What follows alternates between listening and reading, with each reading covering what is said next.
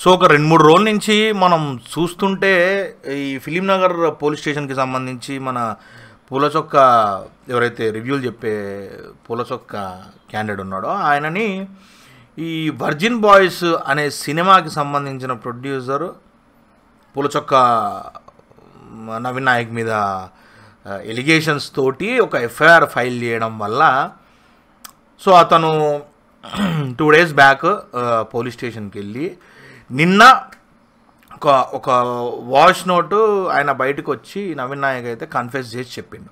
So బేసిక్గా దీన్ని ఇన్డెప్త్గా వెళ్తే అంటే జనాలకి వాట్ ఈజ్ వాట్, అసలు ఏం జరుగుతుంది, అసలు ఈయనని నిజంగా ఈ నవీన్ నాయక్ అనే పర్సన్, పూలచొక్క అనే పర్సను ఇంత ఫ్రాడా, అంటే ఇట్లా డబ్బులు డిమాండ్ చేసి సినిమా వాళ్ళని బెదిరించి వాళ్ళని బ్లాక్మెయిల్ చేసేసి కథ చేస్తున్నాడా నిజంగా. అండ్ ఇక్కడ ప్రొడ్యూసర్ ఎవరైతే వర్జిన్ బాయ్స్కి సంబంధించిన ప్రొడ్యూసర్ ఉండడం మరి ఆయన పెట్టిన ఎలిగేషన్లు నిజంగా ఏందనేది మనం క్లియర్గా మాట్లాడుకుంటే ఇప్పుడు ఫస్ట్ నుంచి వస్తే ఈ వర్జిన్ బాయ్స్కి సినిమాకి సంబంధించిన ప్రొడ్యూసర్ గారు ఏదైతే సినిమా తీశారో అదొక అడల్ట్ కంటెంట్, అంటే 18+ కేటగిరీ వాళ్ళు చూసే బేసిక్గా అదొక కొద్దిగా అడల్ట్ కంటెంట్ ఉన్న ఫిలిం అనమాట. అంటే కొద్దిగా స్మూచ్లు ఎక్సెట్రా ఒక ఏ గ్రేడ్ మనకి సెన్సార్ సర్టిఫికేట్ వస్తుంది కదా, మనకి అడల్టరీ కొంచెం ఏమైనా ఉంటే బ్లడ్ సీన్స్ అట్లాంటివి ఏమైనా ఉన్నప్పుడు అడల్టరీగా మనకి ఏ గ్రేడ్ అనేది బేసిక్ ఇస్తారు. చాలా క్లియర్గా క్లీన్ అండ్ నీట్గా ఉంటే UBA సర్టిఫికేట్ ఇస్తారు.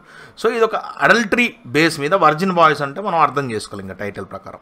సో ఇప్పుడు ఈ ప్రొడ్యూసర్ ఎవరైతే ఉన్నారో వారు ప్రతి ఇంటర్వ్యూలో అయినా అండ్ ప్రతి ప్రమోషనల్ వీడియోస్ దగ్గర నుంచి ప్రతి ప్రమోటింగ్ విధానం కూడా చాలా బ్రహ్మాండంగా సినిమా అంటే, ఎందుకంటే సినిమాలో నోన్ ఫేసెస్ ఏవి లేవు, అంటే అడపా ఎక్కడో యూట్యూబ్లో చూసిన ఫేసెసే ఉన్నారు కానీ కొత్తగా కాస్టింగే ఉంది కానీ రెప్యూటెడ్ ఫేసెస్ తెలిసిన ఫేసులు ఎవరు లేరు. సో సినిమా జనాల్లోకి వెళ్ళడానికి చాలా కష్టపడ్డారు అండ్ వాళ్ళ సాయశక్తుల ఎలాంటి ప్రయత్నాలు ఎన్ని విధాలుగా చేయాలో అన్ని విధాలుగా చేశారు.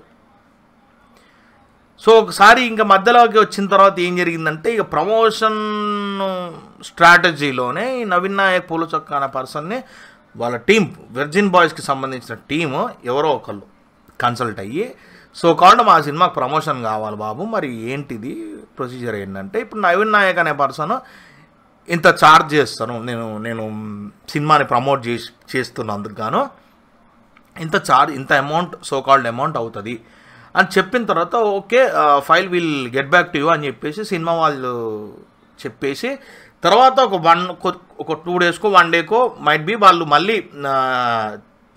నవీన్ నాయక్ని కన్సల్ట్ అయ్యి మా మూవీ చూడండి, మా మూవీ చూసి మీరు రివ్యూ చెప్పండి అని చెప్పి వాళ్ళు చెప్తే ఖచ్చితంగా నేను మూవీ చూస్తాను, చూసిన తర్వాత నా హానెస్ట్ ఒపీనియన్ మంచిగా ఉంటే లేదంటే లేదనేది చెప్దామని రెడీ అయిపోయి ఆయన మూవీ చూసి సో పూలచొక్క ఛానల్లో నవీన్ నాయక్ వీడియో పెట్టిండు, ఏది వర్జిన్ బాయ్స్కి సంబంధించిన మూవీ రివ్యూ అయితే పెట్టిండు. ఎలా పెట్టిండంటే అది ఏ గ్రేడ్ కాదు F గ్రేడ్ కంటెంట్ లాగా ఉంది. రాహుల్ సిబ్లింగ్ అని పాట ఇంకొక సంథింగ్ ఏదో చెప్పారు, 2 సీన్లు పాజిటివ్ ఉన్నాయి, మిగతాదంతా అసలు ఏంటో నాకేం అర్థం కాలేదు, నేనైతే హానెస్ట్గా సజెస్ట్ చేయను అన్నట్టు వీడియో చేసిన. దాని తర్వాత జరిగిన కాన్సిక్వెన్సెసే ఇప్పుడు జరుగుతున్న అనర్థాలన్నిటికీ కారణం. ఇప్పుడు ఆ రివ్యూ ఎప్పుడైతే నెగిటివ్ వచ్చేసిందో ఇప్పుడు సో కాల్డ్ వర్జిన్ బాయ్స్ సినిమాకి సంబంధించిన ప్రొడ్యూసర్ ఎవరైతే ఉన్నారో వారికి అది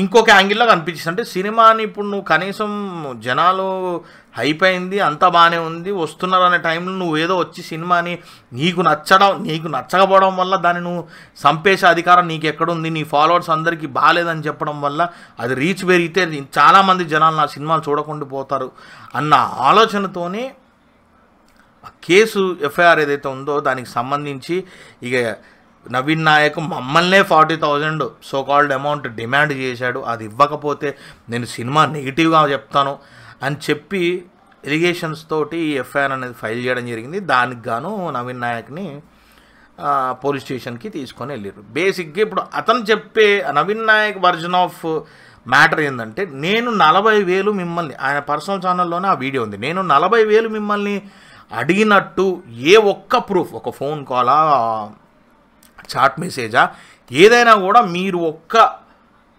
ప్రూఫ్ నాకు చూపిస్తే నేను ఆన్ ద స్పాట్లో ఏదైతే ఈ 6,60,000 సబ్స్క్రైబర్స్ ఉన్న ఛానల్, అంత పెద్ద ఛానల్ ఏదైతే బిల్డ్ చేసుకున్నా అది కొలాప్స్ చేసేసుకుంటా, నేను దాన్ని షట్ డౌన్ చేస్తానని చెప్పి పబ్లిక్లో జనాల ముందే యూట్యూబ్లో వీడియో చేయడం జరిగింది. ఆ వీడియో నేను చూశాను. సో ఇప్పుడు మనం నిజాలు అక్కడ ఏం జరిగిందనేది పక్కన పెడితే యాజ్ పర్ మన ఆలోచన సినిమా ఒకటి, ఇప్పుడు సోయల్ అన్న, ఇప్పుడు చాలామంది డిబేట్లు కూడా జరుపుకుంటున్నారు ఈ విషయం మీద. ఏంది ఇది రివ్యూవర్లని ఇట్లా చేయడం కరెక్ట్ అని ఒకళ్ళు అందరూ, ఇంకొకళ్ళేమో రివ్యూవర్ల వల్ల నిజంగా సినిమా చచ్చిపోతుందని ఒక వర్గము, ఇంకొకళ్ళేమో రివ్యూలు చేస్తే మీకేంటి ప్రాబ్లం, మాకు ఒక స్వేచ్ఛ ఇది ఉంటుంది కదా, మాకు నచ్చినప్పుడు నచ్చలేదని చెప్పడానికి అది కూడా ఆర్ఐటి కూడా మీరు నరికేసుకుంటారా అని చెప్పి, మీరు లాగేసుకుంటారా అని చెప్పి ఇంకొక వర్గం.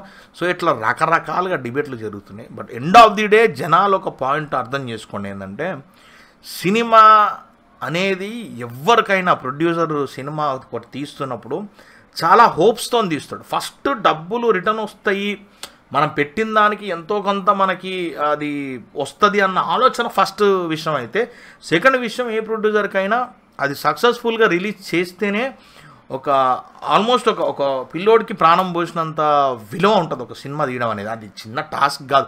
ఇల్లు కట్టడం ఎంత సంకలం నాకుతామో నానా సంకలం, సినిమా తీయడం కూడా దానికి డబలే సంకలం నాకుతాం. అది జనాలకు తెలియదు.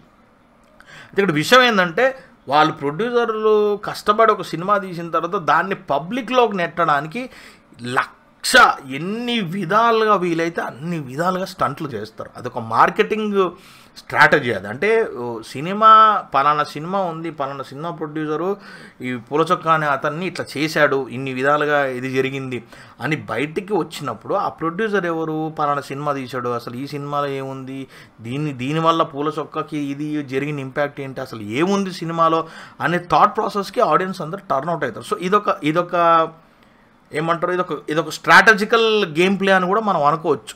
సో వన్స్ ఎప్పుడైతే పూలచొక్క మీద ఇదంతా రిటర్న్ అయిందో సినిమా మీద ఒక థాట్ వచ్చింది. అండ్ పూలచొక్క ఒకవేళ సైలెంట్గా ఉండుంటే, నిజంగా నవీన్ నాయక్ సైలెంట్గా ఉండుంటే జనాలు కూడా నిజంగా ఇతను 40,000 డిమాండ్ చేసి ఇలాంటి డబ్బులు దొబ్బే వ్యవహారం చేస్తున్నాడు, సినిమాల మీద బ్లాక్మెయిల్ చేస్తున్నాడు అనే ఆలోచన జనాలకు కూడా వచ్చేస్తుంది. ఎండ్ ఆఫ్ ది డే ఇప్పుడు నేను చెప్పేది ఏంటంటే, ఇప్పుడు నవీన్ నాయక్ అనే పర్సన్ ఇట్లా ఫేక్ ఎలిగేషన్స్ మనం సినిమా గురించి వేయడం వల్ల, ఇప్పుడు నవీన్ నాయక్ అనే పర్సన్ ప్రాపర్గా వాళ్ళ సబ్స్క్రైబర్స్ అందరిని మాట్లాడుతూ వాళ్ళని సబ్స్క్రైబర్స్ అందరికీ ఆయన పరంగా ఆయన హానెస్ట్గా ఉన్నాడని ప్రూవ్ చేసుకుంటే, రేపొద్దున నిజంగా సార్ ప్రొడ్యూసర్ సార్ మీరు ఏదైతే ఎలిగేషన్ ఇవన్నీ పెట్టి తర్వాత రాంగ్ హానెస్ట్గా అతను నుంచున్నప్పుడు ఖచ్చితంగా FIR doesn't mean that FIR ఒక పర్సన్ మీద ఫైల్ అవ్వగానే ఆయన పెద్ద ఫ్రాడ్ లఫంగానే అయితే కాదు. End of the day it has to be proved with specific proofs and all. అంటే ఏం చేసిండు అనేది కథాకారకణం అలా చూపించకుండా ఇక ఇదే ఫైనల్ ఎఫ్ఐఆర్ అయిందంటే కథం వాడు ఫ్రాడ్ అనే పాయింట్ ఆఫ్ వ్యూ సున్నా అండి. End of the day proofs ఉండాలి, అన్నీ ఉండాలి, అన్నీ ఓకే అయ్యి అతనికి శిక్ష పడేంత వరకు కూడా అతను నిర్దోషే, ఆయన శిక్షార్హుడు కాదు. ఇప్పుడు గట్టిగా మాట్లాడి ఇప్పుడు రివ్యూస్ వల్ల సినిమాలు చచ్చిపోతున్నాయా ఏంటంటే అది ఎలా ఉందంటే అదొక 50-50 క్వశ్చన్ లాగా అయిపోయింది. స్టార్టింగ్ నాకు కూడా ఖచ్చితంగా అనిపించింది, అంటే రివ్యూలే కదా సినిమాలు నాశనం చేస్తున్నాయి, అంటే చిన్న సినిమాలు అనేవి చచ్చిపోవడానికి మెయిన్ రీజన్ అనేది ఒక రివ్యూ అనేది అయిపోతుంది. అంటే బేసిక్గా చిన్న సినిమాని ప్రమోట్ చేయడానికి రివ్యూ హెల్ప్ అవ్వచ్చు, బట్ ఏమైపోతుందంటే ఆ చిన్న సినిమాల గురించి మాట్లాడడమే మానేశారు కదా మీరు. నా పాయింట్ అది ఉండే, అంటే రివ్యూవర్లు ఇన్ కేసు మీకు ఉండాలనుకున్నా కూడా ఒక చిన్న సినిమాని మీరు కూడా ప్రతి ఒక్క చిన్న సినిమాని మీరు సపోర్ట్ చేసి ఉంటే పెద్ద సినిమాలతో అంచనా అంత రాకపోయినా ఎంతో కొంత వచ్చి ఉండేది.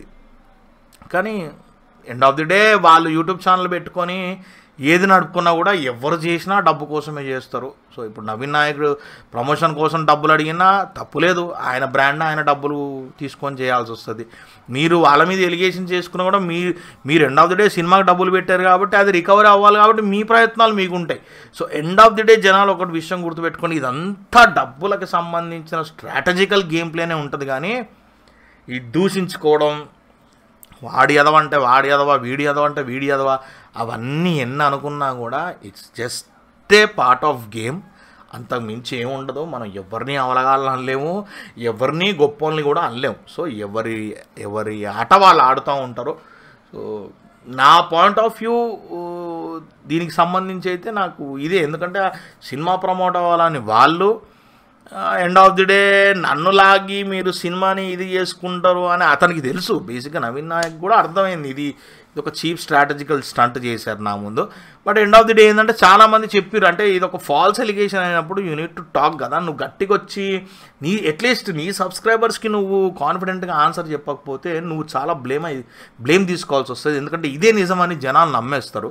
సో కాబట్టి నువ్వు ఖచ్చితంగా చెప్పాలంటే అతను ఒక వీడియో తీసిండు. అండ్ ఇప్పుడు నిన్ననే అదే స్టేషన్ బయట ఒక మీడియా ఛానల్కి అతను ఒక వాయిస్ నోట్ కూడా ఇచ్చిండు, అంటే వీడియో క్లిప్పింగ్ కూడా ఇచ్చిండు. వాట్ ఏం జరిగింది అక్కడ కూడా అతను ఏదైతే వీడియోలో పెట్టిండో అదే చెప్పడం జరిగింది, కానీ వేరే కొత్త విషయాలు అయితే ఏం చెప్పలేదు.